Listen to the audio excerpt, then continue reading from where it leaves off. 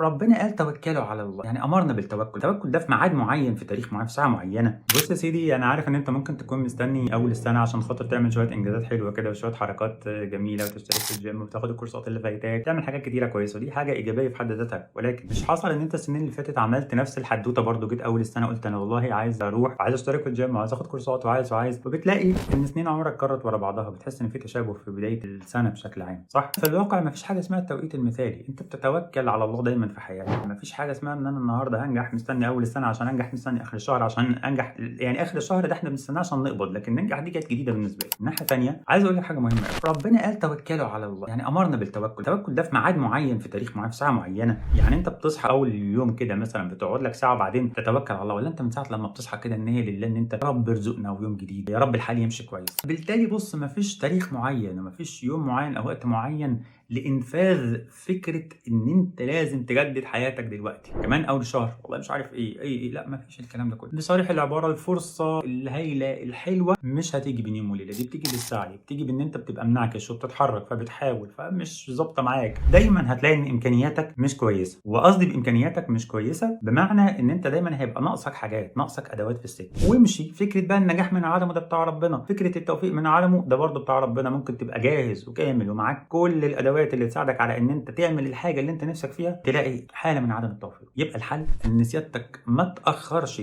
احتمالية إن ربنا يرزقك خير وأنت اللي بتروح للرزق وبتدور عليه وبتسعى، تبتدي إن أنت تتحرك، لكن لا تستنى أول السنة ولا تستنى آخر الشهر، من أول الشهر، من نص السنة، من عيد الميلاد، من المناسبات دي كلها. دي بتدي لك هايب كده ودفعة يعني كاذبة نوعًا ما إن أنت عايز تعمل حاجة، لكن في النهاية بتلاقي إن الأيام جرت منك وإن أنت دايمًا مستني إن أول السنة زي أول رمضان، زي آخر رمضان، زي العيد، زي أجازة نص السنة، زي آخر السنة، زي الأيام كلها شبه بعضها. ناوي تعمل حاجة كويسة توكل على الله، ناوي تصلح من حالك انويها لله دلوقتي وما تستناش أي يوم مميز، مفيش أيام مميزة، الحاجة الوحيدة اللي ممكن تكون مميزة هي إن أنت تتخلى عن البرفكشنزم اللي أنت عايش فيها وتتوكل على الله بخطوات بسيطة، وبعد كده كل ما ربنا يكرم بخطوة تحسن وتطور وتصلح، وهكذا تبنى الحياة يا صديقي العزيز.